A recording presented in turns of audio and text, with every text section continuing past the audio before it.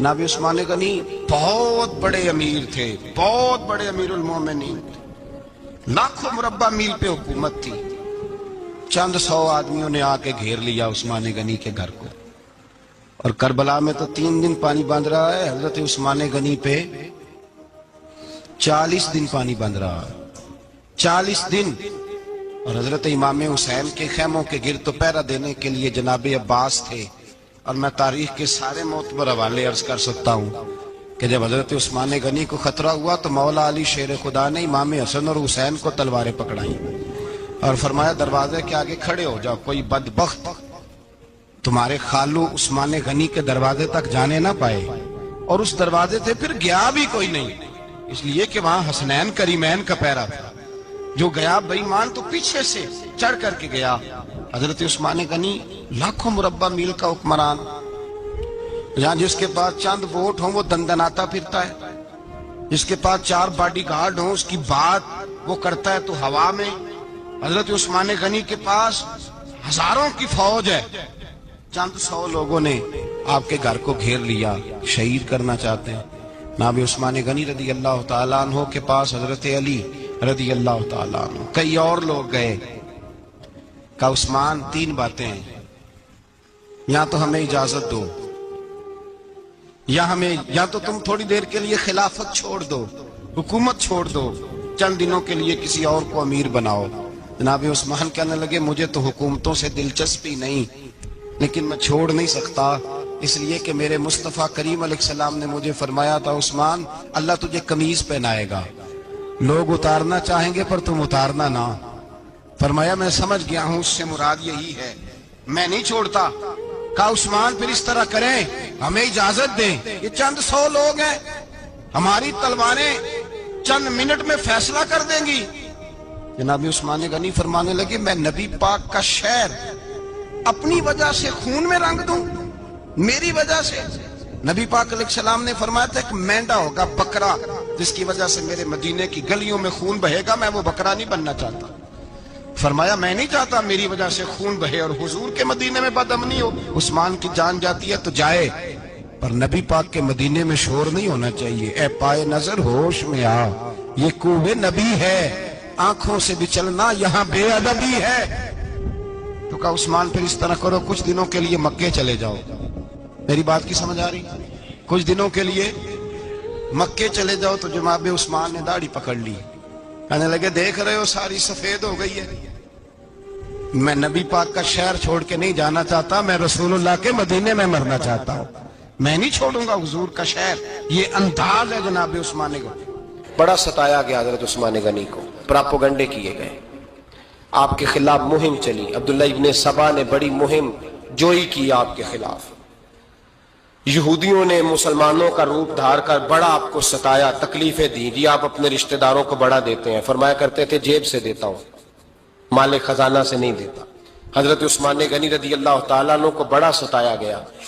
یہ وہ واحد ہستی ہے حضرت عثمان غنی، انہوں نے شہادت قبول کر لی لیکن تلوار نہیں چلنے دی، لوگوں کو ایک دوسرے کے گلے نہیں کاٹنے دی۔ وہ شخصیت ہے حضرت عثمان غنی کی، لیکن بڑا ستایا گیا، بڑا پراپوگنڈا۔ مجھے بتائیے اس کے بارے میں اللہ قرآن کی آیتیں نازل کر دے، اور جس کے بارے میں مصطفیٰ کریم ایک بار نہیں تین بار جنت کی بشارت عطا کر دے، کوئی بندہ ہمیں تاریخ بتائے، حوالے دے، کہانیاں سنائے، تو ہم اس کی کہانیاں دیکھیں گے یا نبی پاک کا فرمان دیکھیں گے؟ بولیں، جا کے بولیں، جا کے۔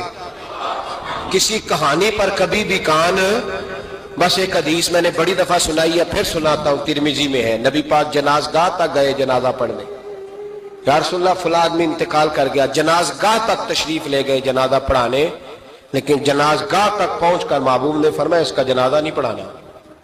یا رسول اللہ کیوں؟ فرمایا اس لیے کہ یہ عثمان غنی سے بغض رکھتا تھا۔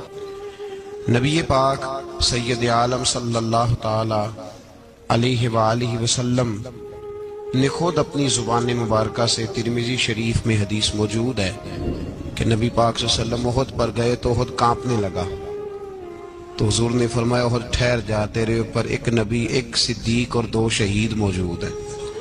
تو وہ 2 شہید کون تھے؟ ایک حضرت عمر فاروق، ایک حضرت عثمان غنی رضی اللہ تعالی۔ خود حضور نے فرمایا۔ حضرت عثمان غنی کی جو نانی ہے نا، یہ نبی پاک کی سگی پھوپھی ہیں۔ حضرت عثمان غنی رضی اللہ تعالیٰ عنہ کی جو نانی ہے وہ حضور کی سگی پھوپھی ہیں۔ یہ چوتھی پانچویں نسل میں جا کے اللہ کے رسول صلی اللہ علیہ وسلم کا خاندان ہی بنتا ہے۔ اللہ کے محبوب علیہ السلام کی 4 بیٹیاں تھیں، اور چاروں کی چاروں حضرت خدیجۃ الکبریٰ رضی اللہ تعالیٰ عنہ کے بطن سے پیدا ہوئی تھی۔ 4 بیٹیاں۔ حضور صلی اللہ علیہ وسلم نے پہلے اپنی بیٹی حضرت رقیہ کا نکاح حضرت عثمان غنی رضی اللہ تعالیٰ عنہ کے ساتھ فرمایا، ان کا انتقال ہو گیا تو محبوب نے دوسری صاحبزادی جناب ام کلثوم رضی اللہ تعالیٰ عنہ کا نکاح حضرت عثمان غنی کے ساتھ فرما دیا۔ 2 شہزادیاں، 2 بیٹیاں۔ یہ جو کہا جاتا ہے نا عثمان ذوالنورین، عثمان ذوالنورین کا مطلب ہے 2 نوروں والا۔ 2 کچھ بادشاہ قسم کے لوگ ہیں، بیٹیوں کو نور مانتے ہیں، باپ کو نہیں مانتے۔ نبی پاک کی دونوں بیٹیوں کو نور مانتے ہیں، لیکن ان کے والد نبی پاک صلی اللہ علیہ وسلم کے بارے میں باتیں گول کر جاتے ہیں۔ 2 بیٹیاں نکاح میں آئیں تو کیا لقب ہوا؟ عثمان۔ اور مزے کی بات یہ ہے کہ حضرت عثمان کو ذوالنورین مولا علی شیر خدا کہا کرتے تھے، حضرت علی کہا کرتے تھے عثمان تو ذوالنورین ہے، 2 نوروں والا۔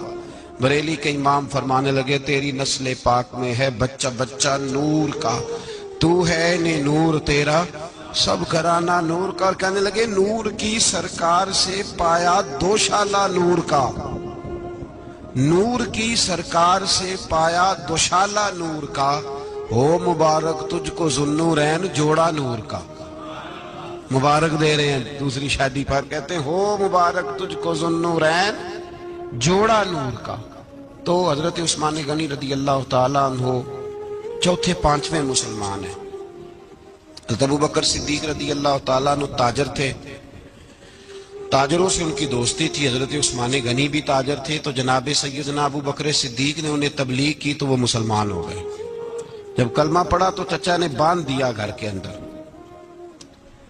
کئی دن باندھے رکھا، کہنے لگا دین چھوڑنا پڑے گا۔ تو آپ نے فرمایا وہ تو جگہ ہی ایسی ہے جو ایک دفعہ گیا ہے دوبارہ چھوڑ سکتا ہی نہیں، ہو ہی نہیں سکتا۔ حضرت عثمان غنی سابقون الاولون میں سے ہیں، ابتدائی لوگوں میں سے۔ ان کی زندگی کے بڑے حسین واقعات ہیں، آپ جانتے ہیں۔ میں 2-3 باتیں صرف ان کی حوالے سے عرض کروں گا۔ ہر آدمی میں ہر صلاحیت ہوتی ہے، لیکن کچھ چیزوں کا غلبہ ہوتا ہے، کچھ چیزوں کا غلبہ ہوتا ہے۔ حضرت عثمان غنی میں 2-3 چیزوں کا بڑا غلبہ تھا۔ سخی تھے تو دریا سے بھی زیادہ سخاوت فرماتے تھے۔ مالاں والے سخی نہیں ہوندے تے سخیاں کل مال نہیں ہوندا، ایتھے اوتھے دوویں جہانی سخی کنگال نہیں ہوندا۔ حضرت عثمان غنی رضی اللہ تعالیٰ عنہ بہت بڑے سخی تھے، اتنے بڑے تھے کہ غنی کہہ دیا اللہ کے رسول نے۔ عثمان غنی تھے، ہر وقت ہی سخاوت، ہر وقت ہی سخاوت۔ اللہ کے رسول صلی اللہ تعالیٰ علیہ وسلم نماز پڑھ کے نکلے، جنت البقیع والی جگہ حضور کو پسند آ گئی۔ فرمایا کچھ صحابہ آتے ہیں یہاں تو انہیں سواریاں کھڑی کرنے کا مسئلہ ہے۔ آج کل نہیں مسئلہ ہوتا پارکنگ کا، اس زمانے میں اونٹ گھوڑے باندھنے کے لیے حویلی چاہیے تھی، تو حضور علیہ السلام آ کے بیٹھے تو فرمایا جگہ بڑی اچھی ہے، کبھی مل جائے نا تو صحابہ کو سواریاں باندھنے کے لیے اچھی رہے گی۔ عثمان پیچھے بیٹھے تھے، وہیں سے گردن جھکائی اور پیچھے سے نکل گئے۔ حضور نے فرمایا ادھر آؤ، کہاں جا رہے ہو؟ کہا یا رسول اللہ جو جگہ آپ نے کہی ہے میں دیکھنے جا رہا ہوں۔ تو حضرت عثمان غنی دیکھنے گئے، جب واپس پلٹے تو میرے کریم نے فرمایا عثمان دیکھ آئے ہو، دیکھ آئے ہو، دیکھ آئے ہو؟ عرض کی محبوبہ دیکھنی کیا تھی، تجھے پسند آئی تھی، میں خرید آیا ہوں، خرید آیا ہوں۔ دیکھنا آنا جانا یہ تو وہاں ہوتا ہے جہاں سودے بازی ہو، رنگے چمن پسند نہ پھولوں کی بو پسند، ہم کو ہے وہ پسند جسے آئے تو پسند۔ بات ختم ہو گئی، آپ کو پسند آئی تھی میں نے خرید لی۔ میرے رسول پاک صلی اللہ علیہ وسلم کے ساتھ پتہ نہیں لوگ کہاں بیٹھ کے دین پڑھتے ہیں، اختلاف ثابت کرتے ہیں۔ جو جگہ مصطفیٰ کو پسند آئی عثمان نے خریدی، اس جگہ پہ سیدہ فاطمہ الزہرا کا مزار بنا ہوا ہے۔